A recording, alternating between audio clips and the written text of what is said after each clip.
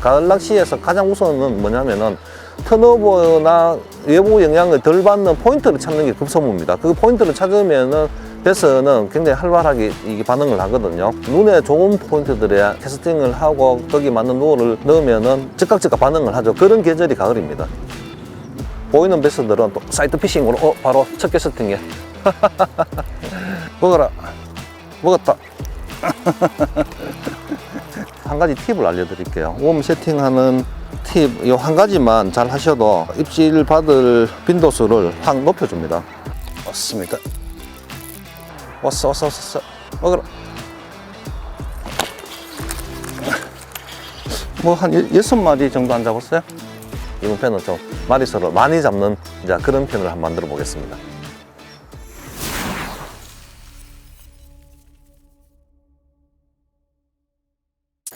자, 안녕하세요. 이번 편은 이제 본격적인 가을이죠. 아침 저녁으로 기온차가 굉장히 심합니다. 이제 그게 가을을 느끼게 합니다. 아침에 추웠다가 해가 뜨면 더웠다가 또 저녁에 추웠다가.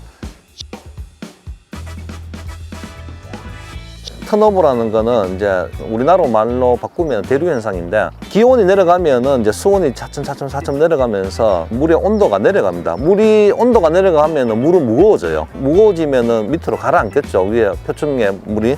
그러면 밑에 있던 따뜻한 물들이 뒤집혀서 올라옵니다. 그러면서 뒤집히면서 뭐 비린내도 나고 이 물 상황이 굉장히 산소도 희박해지고 안 좋아지거든요. 그렇게 되면은 베스들이나 그 속에 있던 다른 물고기들도 영향을 받는데, 그 턴오버가 지역마다 다 틀리게 나타납니다. 또 저수지, 강, 수로 다 틀리게 나타나죠. 기온이 다 틀리기 때문에, 또 수심이 다 틀리기 때문에. 그래서 그런 영향을 덜 받는 곳을 찾는 게 가을에는 가장 중요한 요소 중에 하나거든요. 그런 쪽이 이런 쪽입니다.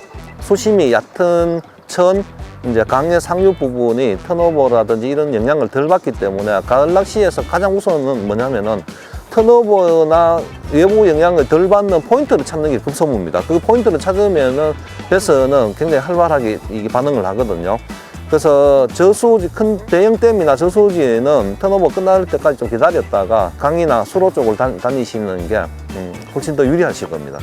자, 장소는 오늘 금호강의 최상류인 부관천을 찾아왔는데, 이번 편은 가을에 쉽게 베스를 낚을 수 있는 그런 방법을 알려드리겠습니다. 웜이 될 수도 있고 하드베이트가 될 수도 있는데, 상황에 따라서 포인트에 따라 가지고 이번 편은 좀 마리수를 많이 잡는 이제 그런 편을 한번 만들어 보겠습니다.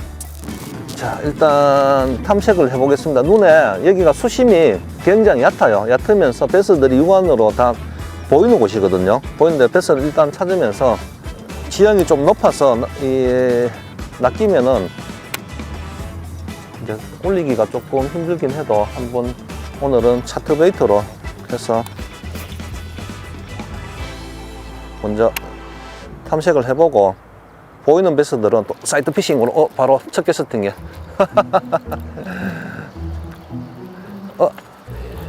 자, 이게 베스가 맞나? 이 첫 캐스팅에 또 맥이네, 이게. 맥이에요, 맥이. 아니, 우리 1편부터 맥이가 나오더니 우리 또 맥이 조사되는 거 아니에요? 자, 탐색을 하려고 던졌는 누워에 지금 맥이가 낚였어요. 아, 이 맥이는 한 마리 낚고 나면은 이거 끈적한 거 묻는 거 있잖아요. 자, 흔히 우리 쏘감 누어라고 하잖아요. 이제 뭐 쏘고 감는 누어인데, 자, 차트 베이트는 자, 이런 쪽의 포인트에 괜찮습니다. 어떤 쪽이냐면 장애물이 그렇게 많지 않고 듬성듬성 있고 수심이 얕은 데에서 사용하기 괜찮은데, 특히 지금 제가 오늘 보니까 여기가 수심이 굉장히 50cm 정도밖에 안 되겠죠. 얕아서 차트 베이트에 웨이트를 줄였습니다. 4분의 1 온스의 웨이트를 줄여가지고 얕은 수심에 지금 좀 탐색하기 용이하게 아이고 빠졌다. 차트 베이트나 스피너 베이트, 그 크랭크 베이트 이런 거에 웨이트를 어떻게 정하냐면은 본인이 해야 될 포인트에 수심이나 이런 걸 보고 정하는 겁니다. 수심이 너무 얕은데 너무 무거운 걸 하면은 그 미끌림이 많이 생기겠죠. 그리고 좀 빨리 당겨야 되고 리트리브를 해야 되고, 그렇게 되면은 상황에 맞지 않는 그런 게 발생될 수 있으니까 이런 쪽은 좀 천천히 할 수 있는 4분의 1온스 정도가 딱 적당한 것 같아요. 832나 4분의 1. 베스가 보이지 않다가 지금 차트 베이트를 던지니까 뒤에 따라오는 것들이, 작은 사이즈 따라오는 것들이 엄청 많이 보입니다. 아이고, 맞았다. 인기척 있으니까 저 반대편 얕은 쪽으로 온다. 지금 물살이 지금 오거든요. 오늘 저게 빨리 확 와서 먹어야 되는데, 인기척 때문에 저 반대편으로 베스들이 넘어가 있어 지금. 이제 상류로 올라갈수록 포인트가 괜찮아질 겁니다. 지금 청태가 굉장히 많거든요. 이 청태가 많은 데는 다른 하드베이트 사용하면은 거의 많이 걸려가지고 사용하기가 힘들어요. 스피드베이트도 브레이드가 돌아가기 때문에 그 브레이드에 청태가 많이 끼거든요. 근데 차트베이트만 좀 그런 거를 극복할 수가 있어요. 좀 덜 끼어, 그나마. 지게 끄리 같아, 끄리. 됐으면 바로 물었을 건데. 맞습니다. 베스 맞죠?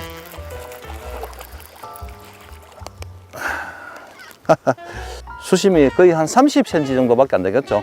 자, 차트 베이트로 했는데 입질을 몇 번 받기는 받았어요. 근데 계속 빠지는데 금방 이제 이게 라이징을 보고 던졌는데, 끌이라고 생각하고 던졌는데 작은 베스.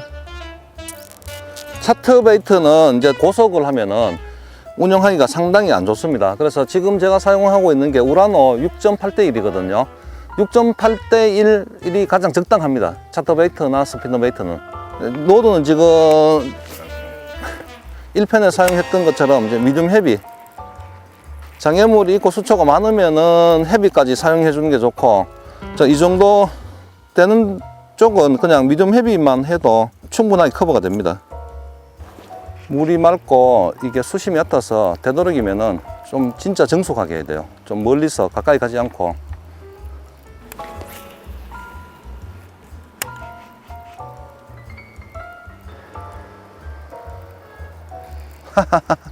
미치겠네.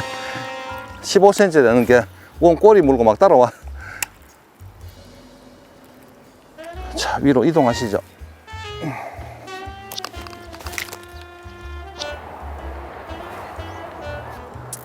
베스들이 거의 다 빠지고 몇 마리 없네. 물이 흐리면 좋은데 지금 저기 한 마리 있긴 한데 일단 해보죠. 그래도 너무 맑아요. 이제 보시다시피 수심이 30cm 밖에 안 보이니까, 안 되니까 바닥이 다 보이잖아요. 그런 베스들이 있어도 이게 나를 인지하고 먹지를 않습니다. 이런 경우에는. 망해뿐네. 그래도 여기서 답을 찾아내야 되겠죠. 지금 보니까 바닥에 걸림이 너무 많아서 노싱크 채비로 해가지고, 원래는 머릿속에는 마리수를 많이 낳기 위해서는 피네산 채비를 생각을 하고 왔는 건데, 스몰로버지거나 이런 걸 생각을 하고 왔는데, 현장에 도착해 보니까 내가 생각하는 상황하고는 바뀌어 버렸습니다. 물이 흐를 거라고 생각을 했는데 물이 지금 굉장히 맑아 있고, 바닥에 걸림도 굉장히, 지금 위에서 보니까 돌이 너무 많고 걸림도 굉장히 많거든요. 그래서 지금 노싱크 채비를 생각을 하고 해볼 생각인데, 이 노싱크는 특히 바닥에 걸림이 많고 청태가 많은 시기잖아요. 한 가지 팁을 알려드릴게요. 웜 세팅하는 팁, 이 한 가지만 잘 하셔도 입질 받을 빈도수를 확 높여줍니다. 라인을 자르고 나서 세팅을 할 때 굉장히 깊숙하게 넣어야 됩니다. 깊숙하게. 이 정도 넣어서 이 타이가 되어 있는, 묶여져 있는 부분이 웜 안쪽으로 들어가야 찌꺼기가 안 걸려요. 이렇게 해서 보시면은 깨끗하게 이렇게. 자, 이렇게 해야 특히 이제 청태들이 미시하게 가늘잖아요. 가늘어가지고 라인 묶어져 있는 데가 조금만 나오도 거기에 청태가 걸리거든요. 청태가 걸리면은 그래서 입질을 안 합니다. 부자연스러우니까. 요 상태가 되면은 이제 아무리 청태가 많아도 잘 빠져나옵니다. 요 상태가 되면은. 자, 두 가지 다시 한번 해보죠. 저 수위도 지금 줄었어요. 수위가. 지금 위에서 보면 아무것도 안 보여요. 지금. 그래서 뭐 아무것도 안 보이는데, 근데 분명히 있을 거예요. 안 보여도 분명히 어디엔가는 숨어서 보호색을 띠고 있으니까 사실 여기를 메인 포인트라고 생각하고 왔는데 완전 달라져 가지고 조금 당황스럽네. 이렇게 어디 있겠죠. 얘들이 뭐 발 달려서 도망가는 애들이 아니기 때문에 이쪽에 있을지 저쪽에 있을지 지금 모르니까 넓게 한번 탐색을 해보는 겁니다. 근데 이쪽은 너무 밋밋하네요. 이 정도 되면은 대부분 다 빠져버리죠. 낚싯대를 한 대 더 갖고 올게요. 물도 지금 한 30cm 이상 줄었어요. 이 안에 잠겨있던 저런 부분이 다 드러나 버렸네. 이 상황이 되면은 베스들이 굉장히 예민해지면서 가장 있기 좋은 장소를 찾아갑니다. 이제 전체 다 셀로잖아요. 셀로인데 다 보이니까 그냥 그나마 숨을 수 있는 커브 안쪽이나 이쪽으로 박혀 있을 가능성이 있거든요. 그래서 위로 가서 한번 해보고 저 반대편으로 가서 한번 해보고 이렇게 할 생각. 이게 변화가, 베스 낚시가 변화가 있으니까 재미가 있는 거예요. 항상 똑같으면 재미가 없을 거예요, 아마. 지금 플로팅 성향이 강한 소프트 베이트거든요. 그래서 물 위에 띄워서 낚을 수도 있고 가라앉혀서 낚을 수도 있는데 지금 수심이 굉장히 얕아가지고 지금 커버 쪽으로 던져가지고 요런 쪽은 너무 가라앉히지 말고 어차피 수심이 얕으니까 육안으로 보면서 수면 바로 밑에서 저크베이트처럼 운영하는 게 가장 효과적이에요. 다운시켰다가 입질이 없으면 툭툭툭 이렇게 쳤다가 다시 기다리고. 근데 이게 너무 얕아져가지고 베스가 있겠나 싶다 진짜. 자, 이런 쪽에서도 답을 찾아내야 되겠죠.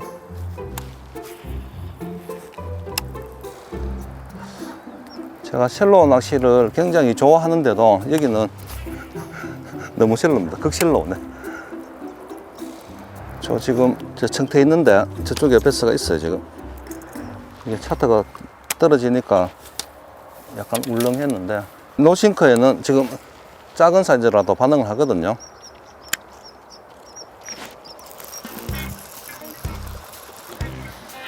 예상적중. 자, 그 움직임을 보고 던졌거든요. 움직임을 보고 던졌는데 베스가 있었어요. 자, 노싱크로 뭐 작으면 어떻습니까? 생각한 대로 지금 나오는 게 중요한 거지.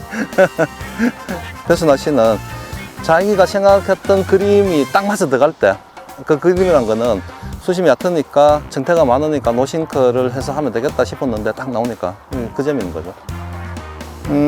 로드는 이거 지금 좀 가벼운 노싱크여서 전체적으로 한 5g 정도 되거든요. 작은 형태의 쉐드 타입인데 라인이 10파운드고 로드는 그 우라노 미디움입니다. 672 미디움. 닐은 6.8대 1, 라이가 30.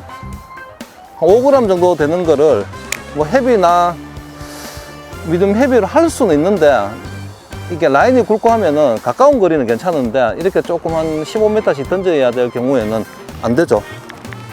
원하는 만큼 안 날아가니까 그거는 이제 발 앞쪽을 노릴 때는 피네스하게도 파워 피네스라고 해서 굵은 라인에 강한 로드인데 루어만 가볍게 해서 이제 파워 피네스를 할 수도 있는데 지금은 파워 피네스를 할 수 있는 조건은 아니고 그냥 일반적인 피네스로 이 세팅이 가장 좋습니다. 커브도 지금 세지 않고 하기 때문에 수심이 얕으니까 와서 때리는 것들이 다 보이네.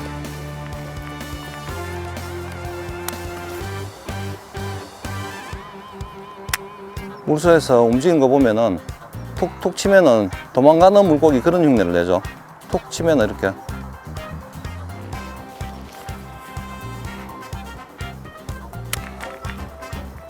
먹어라. 먹었다.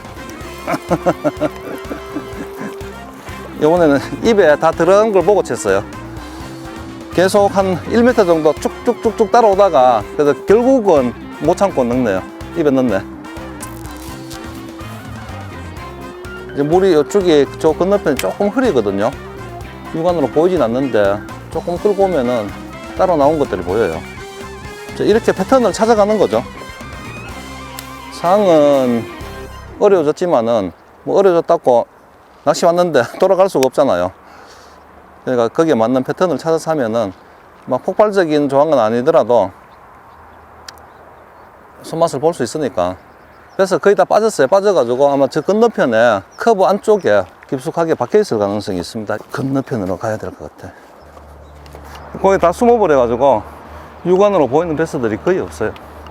이런 커브 안에 들어있을 가능성이 많아요. 아, 저 한 마리 있네. 아우, 아우, 못 먹었어. 여름 같으면은 저 정도 딱 되면은 바로 밑에서 떨어지자마자 세게 팍 빠는데, 확실히 아침 저녁으로 기온이 떨어지니까 탑워터에 대한 반응들이 좀 떨어지고 있어요. 왔어 먹으라.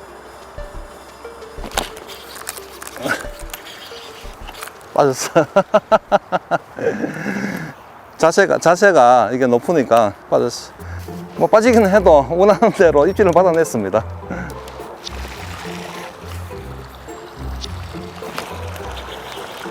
아, 또 빠졌어. 너무 작아. 프로그를 물 수 있는 사이즈가 아닌데 프로그를 무네. 한 25 정도. 일단 플로그를 해보고, 플로그로 한두 번 더 해보고 반응이 없으면은 웜을 넣으면 바로 반응합니다. 여기 있는 베스들은 탑에 지금 반응이 있기 때문에 그늘진 데다가, 그늘진 데가 있어요. 뒤에 따라온다. 큰놈 따라온다. 한 25, 30분 되겠는데. 먹어라. 먹었다.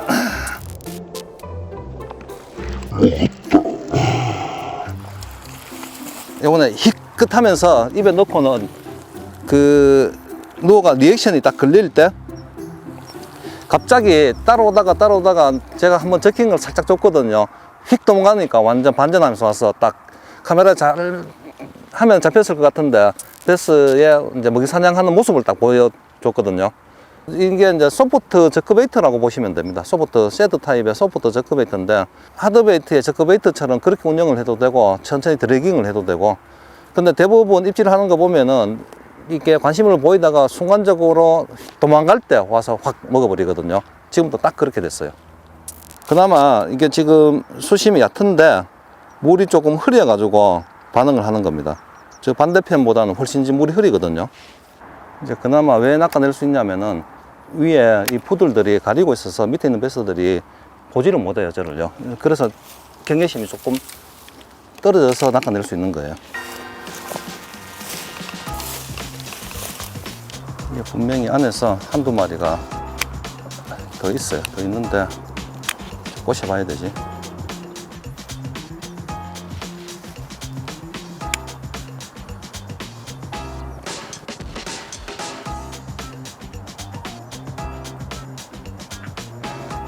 왔어. 이놈도 작긴 한데 방금 바로 앞에 낚는 그 배스하고 거의 같은 패턴이에요. 순간적으로 이게 웜이 천천히 내려오다가 순간적으로 저킹 한번 딱 주니까 와서 막 먹고 나가는. 아이고 귀여워. 포인트가 보시다시피 성태가 어마어마하게 많잖아요. 이런 쪽은 바닥에 앉혀지는 뭐 프리리그나 텍사스 리그를 하면은 다 걸려버립니다, 성태에. 그래서 노싱커나 중층을 유행할 수 있는 이제 그런 루어로 해야 효과적입니다.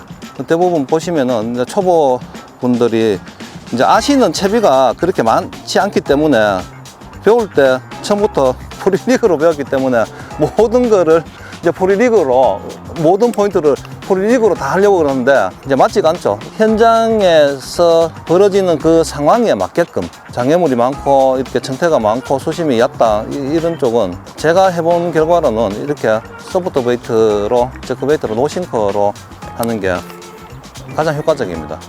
또 중층을 유행할 수 있는 차트 베이트나 스피너 베이트로, 아니면 이제 탑워터로, 작은 탑워터로 아침 일찍 피딩 타임이라고 생각될 때는 탑워터도 괜찮은 방법이고. 아씨, 원래 마지막 개구리로 한번 낚아보고 싶은데 지금 몇 번 입질 받았는데 입에 걸렸다가 몇 마리가 빠져버렸어요. 자, 건너편 부들 쪽이 지금 좋아 보이거든요. 다른 채비로는 안 됩니다. 플러그나 노싱크로만. 작아.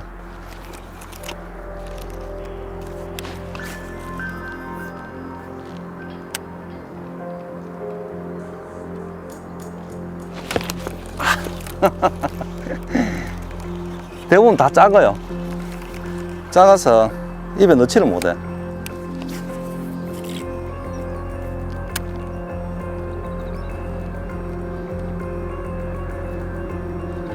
못 먹었어요, 이번에도.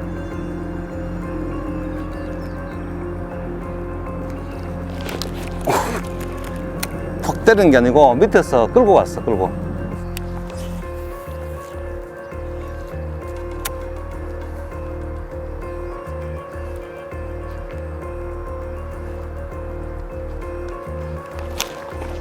어우씨, 미끄러워.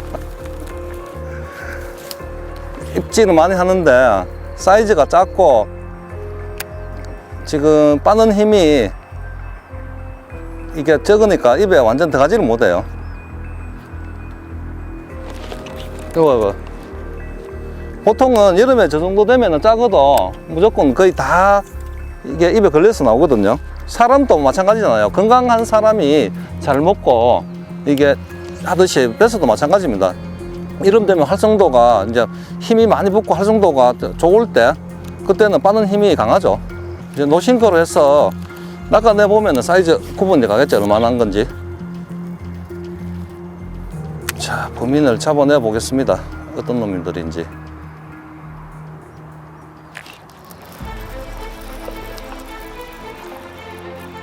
이런 놈이 프로를 공격하니까 입에 들어갈 수가 없죠, 이게. 다 범인이 다 요 정도 사이즈. 뭐 한 6마리 정도 안 잡았어요? 나가시죠. 일단은 너무 무리다, 저쪽으로 가는 건. 포인트가 좋긴 한데 진입하기가 너무 힘드네. 밖에서 보는 거하고는 완전 틀리네. 진입 자체가 힘드네. 제대로 한 마리 걸렸다. 지금 3번 캐스팅에 3마리 나왔습니다. 3번 캐스팅에